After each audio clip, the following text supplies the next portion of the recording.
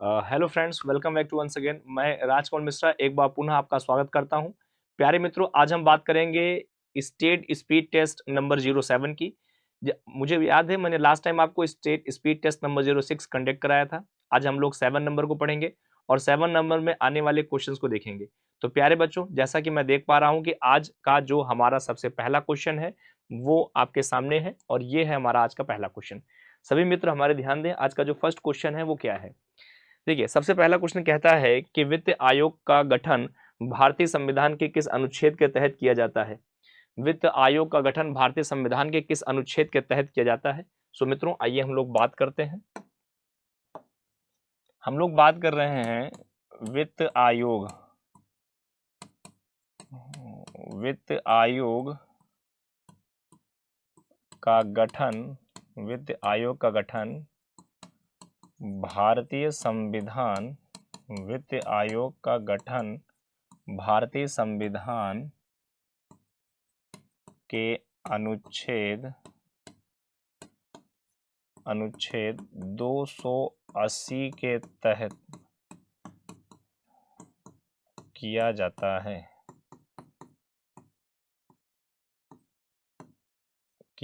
है। तो ये है इसका सही उत्तर। ये है इसका सही उत्तर। अच्छा बच्चों, अगर कई बार पूछें कि किस भाग में यह आता है, ये भी कई दफे पूछा जा सकता है कि साहब ये किस भाग में आता है। तो अगर आप कहें तो जैसे आप देखते हैं 1 से लेके 4 है। एक में 1 2 3 4 5 6 की बात करें, 7 की बात करें, 8 की बात करें, केंद्र राशि में 9 की बात करें, 10 की बात करें, 11 की बात करें, तो लगभग ये आता है विषय हमारा 12 से 13 के आसपास। ठीक है।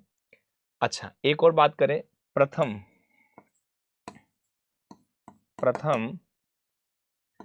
वित्त आयोग के अध्यक्ष कौन थे। प्रथम वित्त आयोग के जो अध्यक्ष थे वो कौन थे। वो थे के सी नियोगी साहब। कौन थे। के.सी. नियोगी जी थे। प्रथम वित्त आयोग के अध्यक्ष कौन थे। के.सी. नियोगी थे। कौन थे बेटा। के.सी. नियोगी। यहाँ जो फिलहाल आपका आंसर है वो क्या हो जाएगा 280। जो भी विद्यार्थी, जो भी बच्चे हमारे आंसर 280 के तहत जा रहे हैं, 280 बता रहे हैं, उन सभी का आंसर क्या है बच्चों। बिल्कुल सही है। देखिए, आर्टिकल 280 जो है वो क्या है, बिल्कुल सही है। जो भी हमारे बच्चे 280 में जा रहे हैं, 280 बता रहे हैं, वो सभी जो हैं बिल्कुल सही बता रहे हैं। वो बिल्कुल जो है सही बता रहे हैं प्यारे बच्चे हमारे सभी। ठीक है। आइए बात करते हैं हमारे अगले क्वेश्चन की। हमारा जो नेक्स्ट क्वेश्चन है वो क्या कहता है।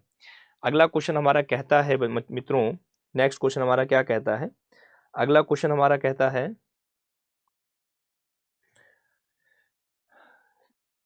केंद्र सरकार द्वारा शास्त्रीय भाषा का दर्जा दिया गया है। देखिए, आपको बताना है ऐसी कौन सी भाषा है जिसे केंद्र सरकार के द्वारा शास्त्रीय भाषा का दर्जा दिया गया है।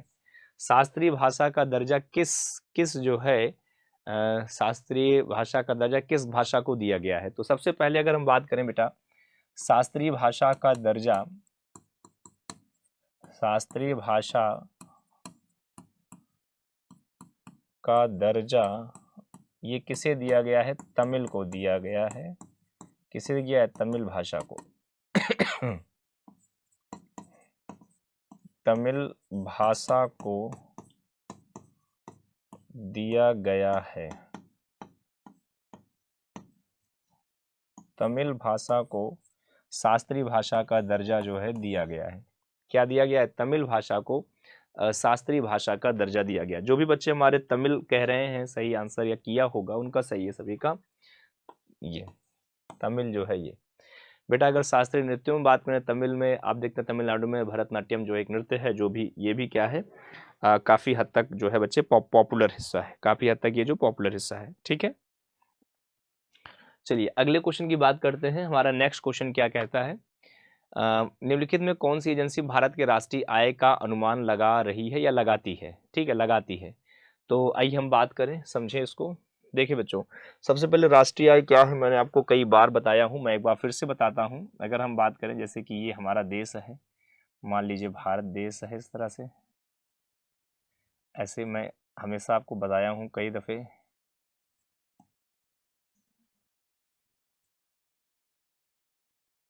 ऐसे। अब ये हो गया नॉर्थ, ये हो गया साउथ, ये हो गया ईस्ट और ये हो गया वेस्ट, ऐसे। सो इस तरह से है भाई। देखो किसी भी देश के एक फाइनेंशियल ईयर में, किसी भी देश के एक फाइनेंशियल ईयर में जितनी भी गुड्स एंड सर्विसेज प्रोड्यूस की जाती हैं, जितनी भी गुड्स या सर्विसेज प्रोड्यूस की जाती हैं, उस गुड्स और सर्विस जो प्रोड्यूस की गई है, जो भी उसकी मॉनेटरी वैल्यू है, जो भी उसकी मॉनेटरी वैल्यू है, अगर हम बात करते हैं किसी फाइनेंशियल ईयर में जो गुड्स और सर्विस प्रोड्यूस की जाती है, उसकी जो मॉनेटरी वैल्यू है, उसकी मॉनेटरी वैल्यू ही कहलाती है हमारे उस क्षेत्र की नेशनल इनकम। नेशनल इनकम, ये नेशनल इनकम कहलाती है। अब देखो नेशनल इनकम को कैलकुलेट करता है बच्चे CSO। कौन कैलकुलेट करता है? CSO। मैंने लास्ट टाइम आपको बताया था आप सभी को कि सेंट्रल स्टैटिस्टिक्स ऑफिस आप कह सकते हो ऑर्गेनाइजेशन। अच्छा बच्चे 2 मई 1951 को स्थापित किया गया था और इसका हेडक्वार्टर कहाँ है? न्यू दिल्ली। अच्छा इसका जो जोनल ऑफिस है वो कहाँ है? इसका जो जोनल ऑफिस है वो कहाँ है? वो है कोलकाता में, वो है कोलकाता में, ये कोलकाता में है। तो सेंट्रल स्टैटिक ऑर्गेनाइजेशन या ऑफिस, ये आपका सी वाला जो है बिल्कुल सही आंसर है। जो भी हमारे प्यारे विद्यार्थी इसमें सी के साथ गए हैं या जिन्होंने सी आंसर बताया होगा, तो वो बिल्कुल जो है बच्चे क्या कर रहे हैं, बिल्कुल सही बता रहे हैं। सी जो है जिस जिस बच्चे ने किया था वो बिल्कुल सही है, ठीक है। सो करेक्ट उत्तर क्या है बेटा? देखो करेक्ट उत्तर क्या है? सी है, CSO। अच्छा एक बात और याद रखेंगे, कभी पूछ लेते हैं कि CSO डे कब मनाते हैं बेटा, ये भी आ जाता है कई बार। तो अगर हम कहें CSO डे हर साल 29 जून को मनाया जाता है in memorise of Shri PC Mahalanobis, PC Mahalanobis की याद में ये दिन भी मनाया जाता है। सो इसे हम लोग कहते हैं central static office PC Mahalanobis की याद में मनाते हैं बेटा, ठीक है। ओके अगले क्वेश्चन की बात करते हैं। नेक्स्ट क्वेश्चन क्या कहता है? नेक्स्ट क्वेश्चन कहता है कि in which year the Indian railway board act passed. भारत में भारतीय रेल बोर्ड अधिनियम किस वर्ष पारित हुआ है? 1890, 1905, 1937, 1966। क्या इसका सही आंसर है?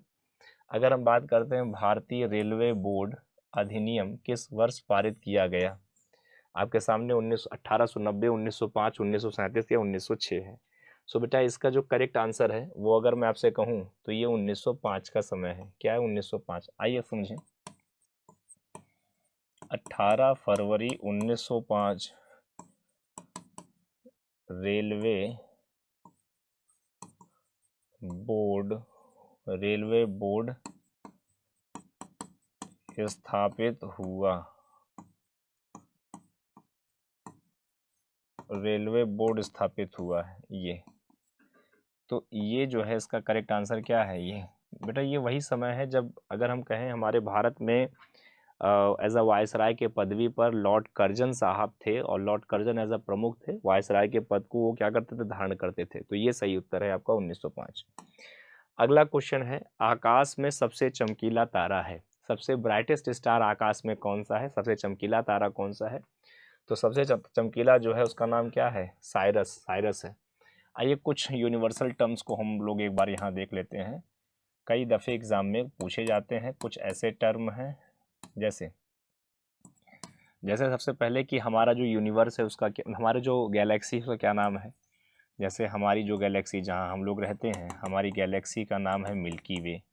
कई बार ये क्वेश्चन आता है। अच्छा सबसे चमकीला तारा है, माने ब्राइटेस्ट, अगर स्टार की बात करें, ब्राइटेस्ट स्टार, तो उसको हम बोलते हैं डॉग साइरस। क्या बोलते हैं? Dog Cyrus. डॉग साइरस कहते हैं। एक ये याद रखें, एक इसको याद रखें। फिर जैसे अगर हम बात करें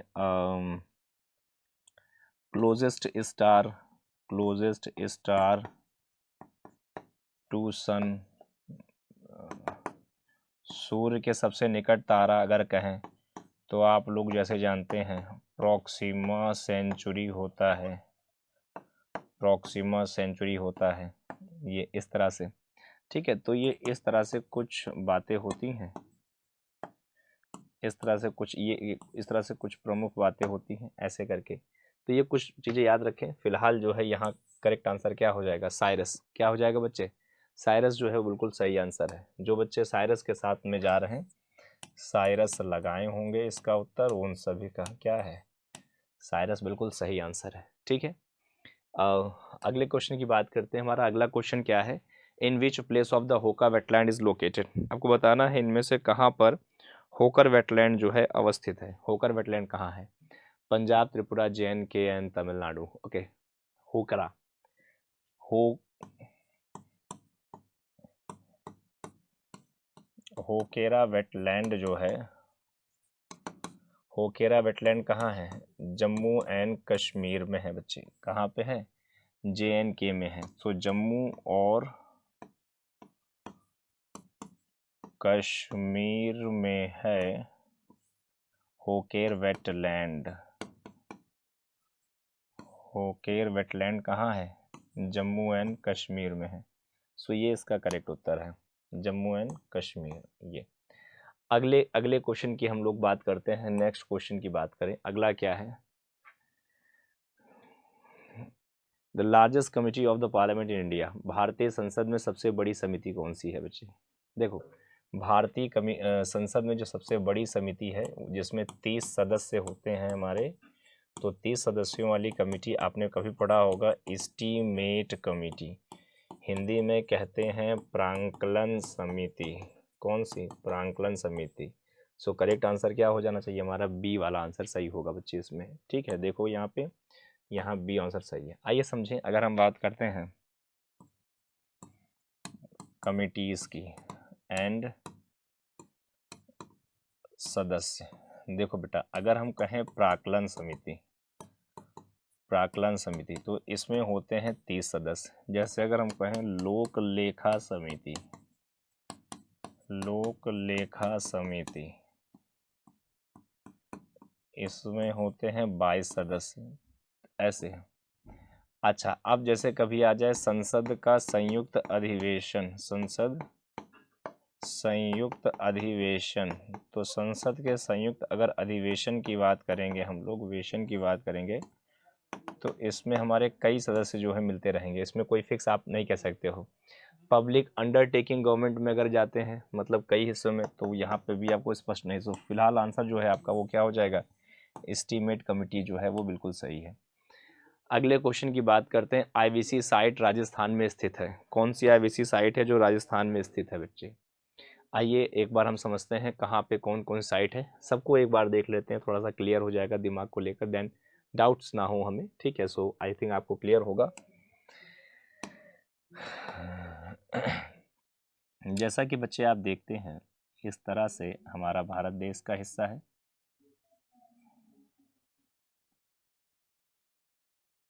ऐसे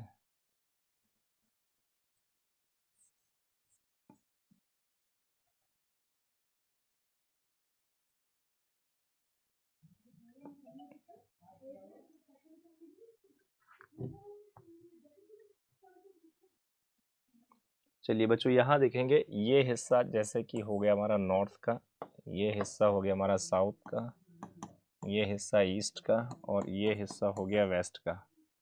अब आप देख रहे हैं इस तरह से, ऐसे पाकिस्तान वाला क्षेत्र हो गया, ये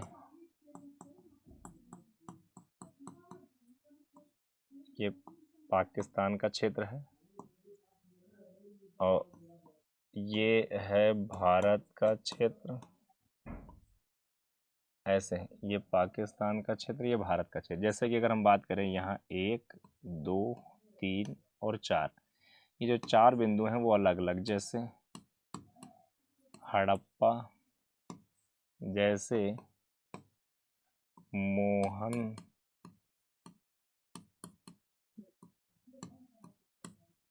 जोदड़ो, जैसे ये 2 और लोकेशन देखें यहाँ पे हम लोग, ये ऐसे, ये हो गया लरकाना, ये हो गया चहोंदड़ो, ऐसे। सो अब ये जो चारों लोकेशन के हिस्से हैं मित्रों, जो चारों लोकेशन के हिस्से हैं वो कहाँ हैं? वो आप देख रहे हैं पाकिस्तान में है। अब भारत में कौन कौन सा लोकेशन का हिस्सा है उसको आइए एक बार हम देख लेते हैं। जैसे उत्तर प्रदेश का ये जो क्षेत्र है, ये आलमगीरपुर यूपी में है। कहाँ? मेरठ के पास। तो ये यूपी मेरठ के पास है। अब तो कोई यहाँ पूछा गया राजस्थान में, राजस्थान का जो सही आंसर हो जाएगा कालीबंगा। देखो भाई यहाँ पे ये राजस्थान, ये क्या हो जाएगा? कालीबंगा, राजस्थान का हिस्सा हो जाएगा। फिर देखें बेटा यहाँ धौलावीरा है, जैसे ये हो गया धौलावीरा। अब धौलावीरा कहाँ पड़ता है? गुजरात में पड़ता है। जैसे ये हरियाणा में, ये क्या पड़ता है? राखीगढ़ी। सो इस तरह से कुछ प्रमुख लोकेशन के हिस्से हैं जो अलग अलग जगहों पर लोकेट कर रहे हैं। सो फिलहाल इसका जो करेक्ट आंसर है वो क्या हो जाएगा बच्चे? कालीबंगा। जो भी विद्यार्थी हमारे कालीबंगा के साथ जा रहे हैं या कालीबंगा बता रहे हैं इसका आंसर, उन सभी का आंसर क्या है बच्चों? बिल्कुल सही है, कालीबंगा। अगले क्वेश्चन की बात करें, चौरी चौरा शहर किस राज्य में स्थित है? देखो बेटा, अगर हम कहें चौरी चौरा, चौरी चौरा की जो घटना है ये असहयोग आंदोलन का एक प्रमाण थी या परिणाम थी, कह दें। ये कब घटना हुई थी? 4 फरवरी 1922 ईस्वी को, ठीक है। और इस घटना की अगर बात करें तो ये लोकेशन पड़ता है गोरखपुर के पास। कहाँ पड़ता है? गोरखपुर। और गोरखपुर का लोकेशन कहाँ है? ये उत्तर प्रदेश में है। ये कहाँ पर है? उत्तर प्रदेश में है। सो उत्तर प्रदेश जो है इसका ये करेक्ट आंसर है। ओके, यूपी जो है वो क्या है बच्चे? बिल्कुल करेक्ट आंसर है, यूपी करेक्ट आंसर है। सो करेक्ट आंसर क्या हो जाएगा? उत्तर प्रदेश। यूपी जो है इसका सही आंसर है, ठीक है। ये एरो यहाँ के लिए, ठीक, क्या हो जाएगा? यूपी। अगला क्वेश्चन क्या है? वायुमंडल में बादल क्यों तैरते हैं? आइए देखिए, वायुमंडल में बादल क्यों तैरते हैं पहले समझें। जैसा कि हम देख रहे हैं, मान लीजिए ये बादल है, ये बादल है। अब यहाँ पे ऐसा मान लो ये हवा है, ये। अब हमारे वायुमंडल में जो क्लाउड्स हैं, क्लाउड्स माने जो बादल हैं, वो क्यों फ्लोटिंग में रहते हैं? फ्लोटिंग माने होता है तैरना। क्यों तैरते हैं बादल?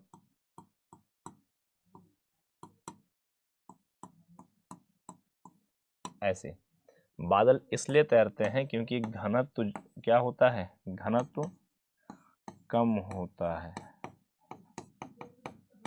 कम होता है। सो जहाँ पे लिख जाए ये due to low density, low density अगर है, घनत्व तो कम है, सो बादल क्या रहेंगे? वहाँ पे तैरती स्थिति में रहेंगे। अगर बादल तैर रहे हैं माने घनत्व तो क्या है आपका? वहाँ घनत्व कम है। अगर घनत्व कम है तो बादल क्या आएंगे बच्चे? बादल वहाँ पे तैरते हुए दिखेंगे। अगला क्वेश्चन है, in which of the following 5 year plan गरीबी हटाओ स्लोगन वॉज लॉन्च? निम्नलिखित में से किस पंचवर्षीय योजना में गरीबी हटाओ योजना जो है शुरू की गई थी बच्चे? देखिए, अगर हम बात करें गरीबी हटाओ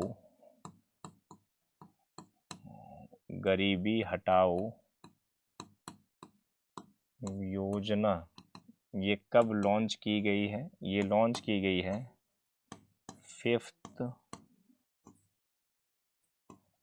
5 ईयर प्लान के समय। 5th 5 ईयर प्लान के समय गरीबी हटाओ योजना लॉन्च की गई है। सो करेक्ट आंसर क्या हो जाएगा? 5th 5 year plan. अब बच्चों देखो 5th 5 ईयर प्लान कब से कब तक रहा है ये भी दिमाग में आता है, तो कैसे देखेंगे? 1951 से 56 ये फर्स्ट है, 1956 से लेके 1961 ये सेकंड है, 1961 से लेके 1966 तक थर्ड है, फिर 1966 से लेके 1969 तक एक गैप हुआ है,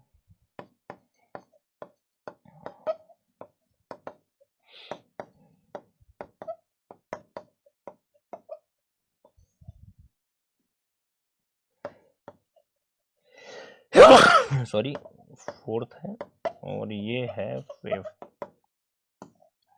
तो ये हो जाएगा फिफ्थ। 1974 से 1978 जो है ये आपका फिफ्थ वाला हिस्सा है।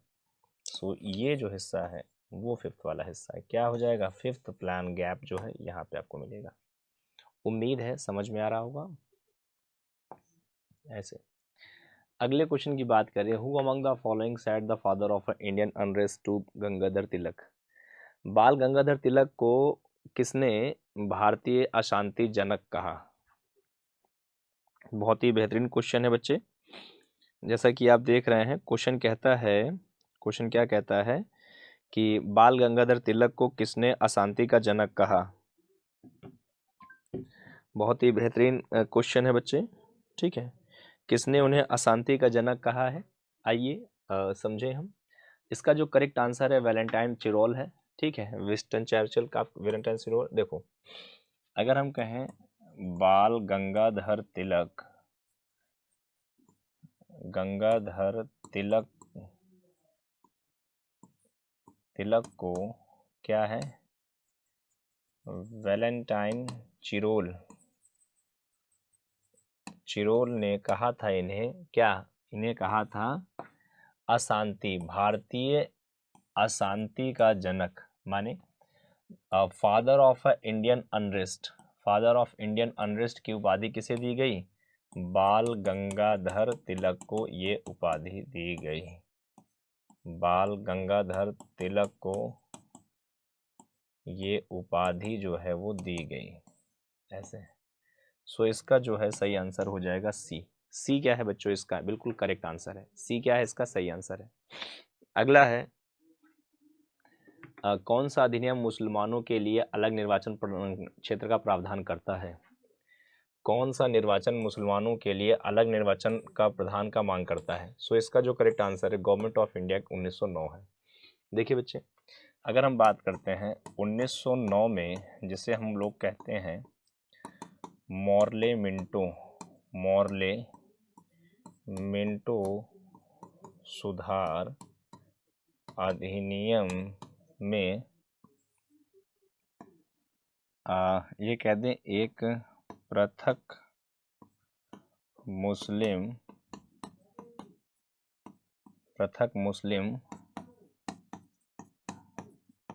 निर्वाचन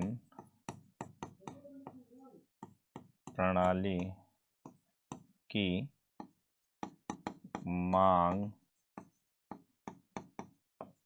की गई थी। तो एक पृथक निर्वाचन प्रणाली की मांग की गई थी, ऐसे ये। सो इसका जो करेक्ट आंसर हो जाएगा government of India act 1909। Government of India act 1909 जो है वो बिल्कुल जो है बच्चों सही आंसर है। Government of India act 1909 is the correct answer. जो भी बच्चे हमारे इसके साथ जा रहे हैं उन्होंने बिल्कुल सही कहा था। The greatest physician of a Charak was the court of doctor. Charak किसके दरबारी चिकित्सक थे? बेटा चरक सिंपल सी बात है कनिष्क के दरबारी थे। किसके थे? कनिष्क के दरबारी थे, याद रखिएगा। आइए बात करते हैं, जब भी आप पढ़ते हैं चरक एवं एक और व्यक्ति हैं अश्वघोष, अश्वघोष याद रखें। चरक और अश्वघोष जो है, अब चरक राजवैद्य हैं और अश्वघोष की अगर हम बात करें तो ये राज विद्वान थे। ये कौन थे? एक विद्वान थे। इन्होंने क्या लिखा था? इन्होंने लिखा था बुद्ध चरित लिखा था, ठीक है। और ये कौन थे? ये औषधि विशेषज्ञ थे, औषधि विशेषज्ञ थे। ये इस तरह से ये प्रमुखता है इन दोनों में। तो सही आंसर क्या हो जाएगा? कनिष्क। अच्छा, कनिष्क किस वंश के थे? कनिष्क बच्चों कुषाण वंश के थे। किससे थे ये? कनिष्क कुषाण वंश के थे। कहाँ से थे बच्चे? ये कुषाण वंश से थे। चलिए अगला है, भाखड़ा नांगल बांध परियोजना किस नदी पर स्थित है? On which river Bhakra Nangal project is located? Koshi, Satluj, Krishna और झेलम। तो बच्चों अगर हम बात करते हैं भाखड़ा नांगल बांध की, भाखड़ा नांगल बांध, भाखड़ा नांगल बांध की ये, तो ये जो बना है वो किस पे बना है? सतलज नदी पर बना है, सतलज नदी पर बना है। किस पे बना है बच्चे? ये सतलज नदी पर बना है। याद रखिएगा जो भाखड़ा है और नांगल है, एक्चुअली ये अगर देखा जाए तो दोनों ये दो बांध हैं। ये क्या है? दो डेम्स हैं। एक हिस्सा पड़ता है आपका हिमाचल प्रदेश में और एक हिस्सा पड़ता है पंजाब में, और इनके बीच में लगभग 2.5 से 3 किलोमीटर का क्या है? डिफरेंस है और यहीं पर है। और यहीं से जल बड़ी ऊपर तीव्र धारा से नीचे गिरता है और जा क्या होता है? ये कहते हैं हाइड्रो प्रोजेक्ट है। ये हाइड्रो प्रोजेक्ट है और यहाँ बिजली का उत्पादन होता है। क्या है? बिजली उत्पादन होता है यहाँ से। ये बिजली के उत्पादन का एक बहुत बड़ा सोर्स भी, क्षेत्र भी है यहाँ पे। सो करेक्ट आंसर क्या हो जाएगा यहाँ पे? सतलज। जो भी बच्चे हमारे सतलज के साथ गए हैं, सतलज जिन्होंने किया है, उन सभी का आंसर क्या है? बिल्कुल सही है। ये नेक्स्ट क्वेश्चन क्या कहता है? नेक्स्ट क्वेश्चन कहता है डेबिट एंड क्रेडिट का दृश्य अदृश्य वस्तुएं किसका हिस्सा है? Visual and invisual item of a debit and credit are the part of. देखिए भाई, डेबिट और क्रेडिट की बात करते हैं तो बीओपी का सिस्टम आता है। ये बच्चे आपने पढ़ा होगा कभी, balance of payment. Balance of payment ये हिस्सा हो जाता है डेबिट में एंड क्रेडिट में। वैसे अगर सिंपल कहा जाए so these are the form of payment. ये पेमेंट का ये एक रूप है। सो बैलेंस ऑफ पेमेंट जो है ये वाला बिल्कुल सही है। जो बच्चे बी के साथ में जा रहे हैं वो बिल्कुल क्या है? सही है। बैलेंस ऑफ पेमेंट ही है हिस्सा जिसको हम कहते हैं debit and credit. Debit and credit के हिस्से में ये काउंट होता है, ये काउंट होता है। अगला है सिद्धार्थ गौतम का जन्म निम्नलिखित में से किस वंश में हुआ था? सिद्धार्थ गौतम का जो जन्म हुआ था वो शाक्य वंश में हुआ था बच्चे। किस वंश में हुआ था? शाक्य वंश में हुआ था। सिद्धार्थ जो है ये अगर हम कहें तो ये नाम गौतम बुद्ध, या आप इन्हें कह सकते हो महात्मा बुद्ध, क्योंकि महान आत्मा थे इसलिए नाम हो गया महात्मा। अब इनके जो पिताजी थे शुद्धोधन, वो शाक्य गणराज्य के राजा थे, तो इनका वंश भी कौन सा वंश हो जाएगा? शाक्य वंश। सो शाक्य वंश जो है करेक्ट है, ये सब इसमें नहीं होगा। जो भी विद्यार्थी हमारे शाक्य वंश के साथ में जा रहे हैं, शाक्य वंश जिन्होंने किया है, उन सभी का उत्तर क्या है बच्चे? बिल्कुल सही आंसर है, शाक्य वंश एकदम करेक्ट है। अगला है कुकी जनजाति किस राज्य से संबंधित नहीं है? आइए देखिए, कुकी। अच्छा बच्चे, अगर हम कुकी की बात करें तो कुकी कहाँ कहाँ पाई जाती है? पहले ये देख लो।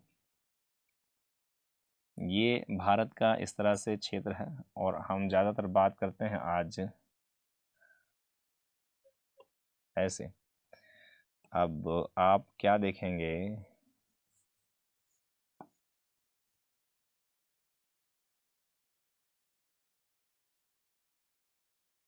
इस तरह से है प्रमुख, आप समझिए। जैसे यहाँ का हिस्सा अगर हम देखें, ये हिस्सा हो जाता है हमारा मेघालय। यहाँ ये हिस्सा अगर कहें, ये हिस्सा इतना, ये अब ये हिस्सा हो जाता है असम, ये हिस्सा हो जाता है मणिपुर, यहाँ हो जाता है त्रिपुरा, यहाँ हो जाता है मिजोरम। तो ये जो कुकी जनजाति है, कुकी जनजाति, कुकी जनजाति, कुकी जनजाति मुख्यतः अगर हम बात करें मेघालय में, त्रिपुरा में, मणिपुर, मिजोरम में और मणिपुर में पाई जाती है, ये यहाँ पाई जाती है। अब ये जनजाति कहाँ नहीं पाई जाती है, तो गुजरात में ये जनजाति नहीं पाई जाती, बाकी तीनों जगहों पर ये पाई जाती है। सो इस हिसाब से जो हमारा आंसर हो जाएगा आज के लिए, वो क्या हो जाएगा आंसर? गुजरात। नहीं के लिए अगर कहें गुजरात, और पाई जाती के लिए कहें तो यहाँ यहाँ यहाँ पाई जाती है, यहाँ पाई जाती है। ओके, अभी नेक्स्ट है कंगारू किस देश का प्रतीक है? कंगारू, भाई कंगारू कभी भी आप पढ़े होंगे, कंगारू के किले को नहीं भेद पाई सौरभ की सेना। सन 2003 में जब क्रिकेट हुआ था आईसीसी वर्ल्ड कप, उस समय ये न्यूज़ था उस समय अखबारों में, ठीक है। कंगारू का मतलब होता है ऑस्ट्रेलिया, कंगारू मतलब ऑस्ट्रेलिया, ऑस्ट्रेलिया में कंगारू पाए जाते हैं। अच्छा बच्चे, अगर कभी आ जाए कीवी, कीवी, कीवी मतलब हो जाता है न्यूजीलैंड। अगर न्यूजीलैंड आ जाए तो उसे कीवी देश कहा जाता है। क्या कहते हैं? कीवी। दो तीन बातें आप याद रखेंगे, दो तीन बातें याद रखेंगे, तो जब भी कंगारू की बात आए तो सीधे सबसे पहला आंसर ही आपका सही हो जाएगा। पहला आंसर ही क्या हो जाएगा? बिल्कुल सही है। तो सही आंसर क्या हो जाएगा? फर्स्ट, कंगारू ही इसका है सही। अच्छा, कंगारू उनके यहाँ का राष्ट्रीय जो है पशु भी माना जाता है। और आपने देखा होगा कि जब वहाँ के हम क्रिकेट टीम की बात करते हैं तो क्रिकेट टीम का जो लोगो होता है ऑस्ट्रेलिया का, उस ऑस्ट्रेलिया के लोगो के ऊपर भी कंगारू के जो चिन्ह बने होते हैं, उनके पार्ट्स बने होते हैं, देन वो चीज़ें भी प्रतीक चिन्हों के रूप में होती हैं। वो चीज़ों को क्लियर कट करती है, दिक्कत नहीं देती हैं। सो ये जो है बिल्कुल सही आंसर है। इसका प्रतीक चिन्ह हो जाता है कंगारू। क्या हो जाता है? प्रतीक चिन्ह कंगारू हो जाता है। ठीक है, अब हम अगले क्वेश्चन की बात करते हैं। एलपीजी में मुख्यतः कौन सी गैसें होती हैं? एलपीजी, आइए समझिए। एलपीजी का मतलब होता है लिक्विफाइड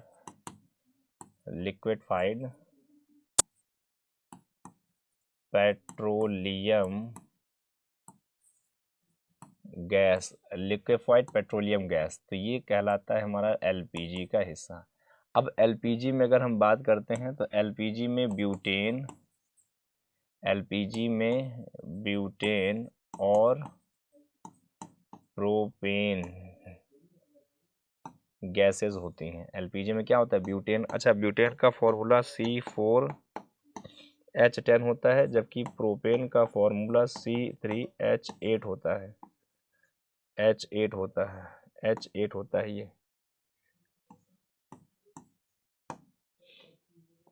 तो इसका जो करेक्ट आंसर हो जाएगा वो क्या हो जाएगा? ब्यूटेन। अब इसमें देखो भाई, प्रोपेन तो है नहीं। अगर प्रोपेन होता तो हम प्रोपेन को भी टिक मार सकते थे, प्रोपेन है नहीं। सो फिलहाल आप क्या करेंगे? केवल ब्यूटेन को ही बता देंगे। ठीक है, वैसे प्रोपेन ब्यूटेन दोनों होता है बच्चों, लेकिन इसमें केवल क्या है? ब्यूटेन है। सो ब्यूटेन ही मुख्य जो है गैस का हिस्सा माना जाएगा, बाकी सब अनदर हिस्से में है। अगला क्या है देखते हैं। उत्तर प्रदेश में सर्वाधिक निवास करने वाली जनजाति कौन सी है? देखो, which of the most tribe living in Uttar Pradesh, सबसे ज्यादा जनजाति कौन सी यहाँ पे रहती है? सबसे ज्यादा जनजाति आपने सुना होगा उत्तर प्रदेश में थारू। ये देखो थारू है, थारू सबसे ज्यादा जनजाति रहती है बच्चे। देखिए, अगर हम बात करते हैं जैसे थारू जनजातियां सर्वाधिक हैं। अच्छा, ये कहाँ है? ये उत्तर प्रदेश में है। अच्छा बच्चों, जैसे आप लोगों ने कभी सुना होगा मीन, मीन जनजाति होती है, मीन या मीणा, ये आपकी पाई जाती है राजस्थान के क्षेत्रों में, ठीक है, राजस्थान में। जैसे कभी मुंडा उंडा पूछे तो झारखंड छत्तीसगढ़ रीजन में, ठीक है। जैसे अभी अभी कहा जाए, मान लीजिए मुरमे, मुरमे टाइप की तो छत्तीसगढ़ की रीजन मिलती है। तो ऐसे करके तमाम जनजातियां हैं जो अलग अलग क्षेत्रों में क्या होती हैं बच्चे, ये विद्यमान होती हैं या एग्जिस्ट करती हैं। सो वो वहाँ पे है जिसका नाम है ये। अगले क्वेश्चन की हम लोग बात करते हैं। नेक्स्ट है कर्मा नृत्य उत्तर प्रदेश से किस जनजाति द्वारा किया जाता है। बच्चा देखो, अगर हम कर्मा की बात करें, कर्मा जो नृत्य होता है ये खरवार जनजाति करती है। ये कौन करती है? खरवार जनजाति करती है कर्मा नृत्य। क्या करती है ये? कर्मा नृत्य करती है खरवार जनजाति। कौन करता है? खरवार जनजाति कर्मा नृत्य करती है बच्चे। क्या होता है? कर्मा नृत्य होता है खरवार जनजाति। सो इसमें जो भी बच्चे कर्मा में खरवार जनजाति को टिक लगा रहे हैं वो बिल्कुल सही है।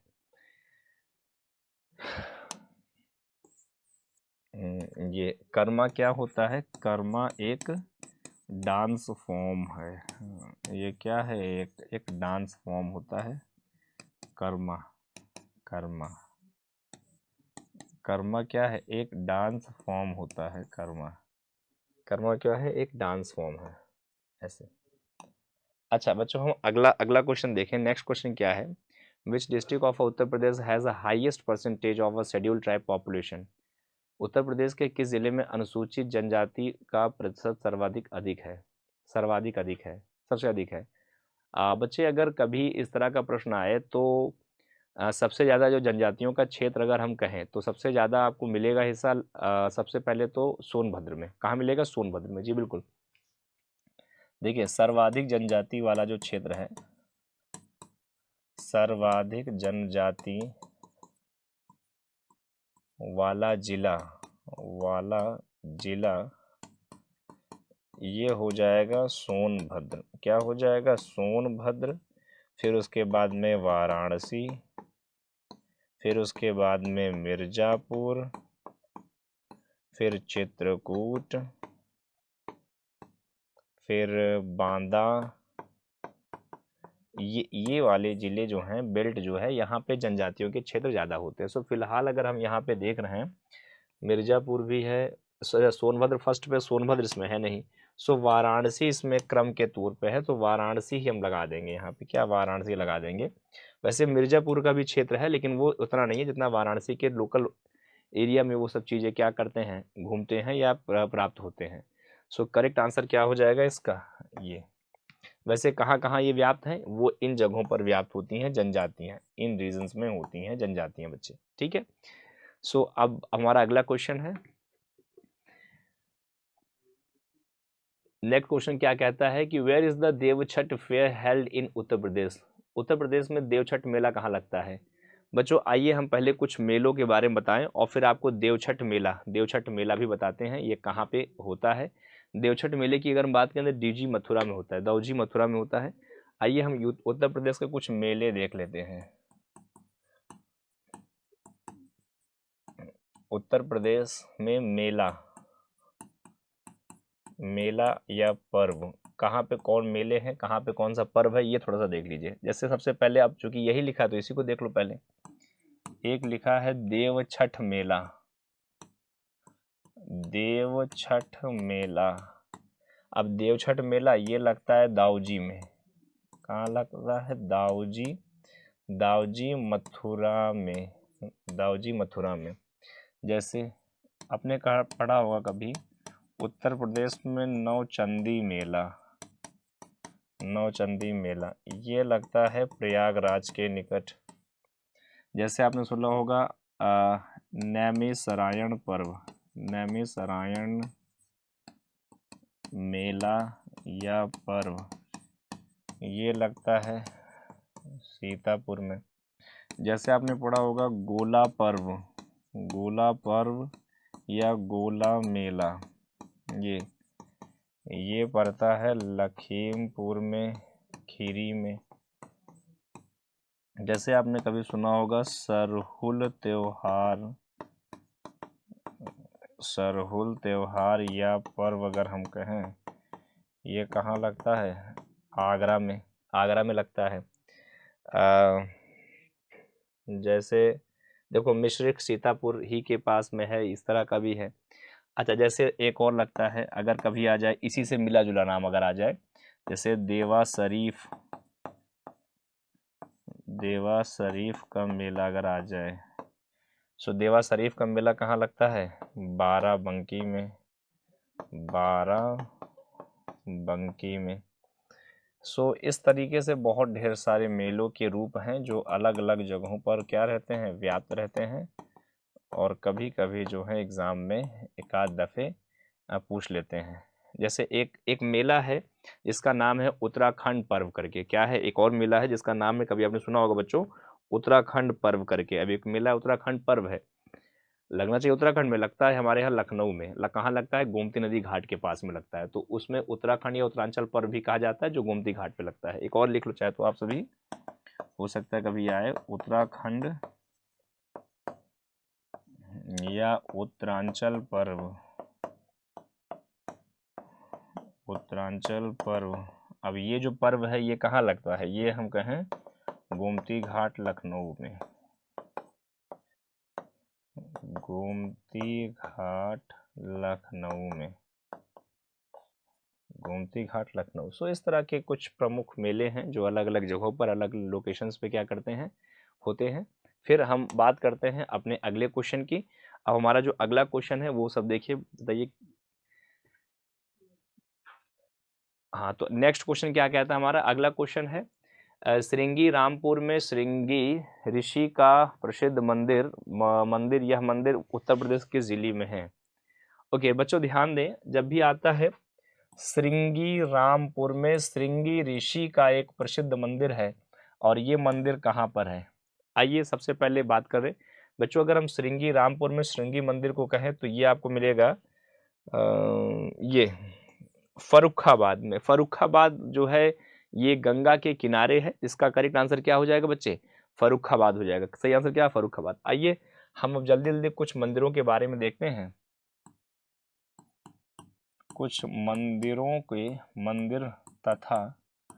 तथा शहर। कई बार बहुत जगहों के अलग अलग मंदिर और शहर आते हैं। तो जैसे अगर एग्जाम्पल में हम कहें जो बड़े बड़े प्रसिद्ध मंदिर हैं, जैसे काशी विश्वनाथ मंदिर। अगर हम बात करें सबसे पहले बेटा, जैसे कैसे कहें, काशी विश्वनाथ मंदिर। क्या कह रहे हैं? काशी विश्वनाथ मंदिर। अब आप लोगों ने देखा होगा काशी विश्वनाथ मंदिर कहाँ है? वाराणसी में है।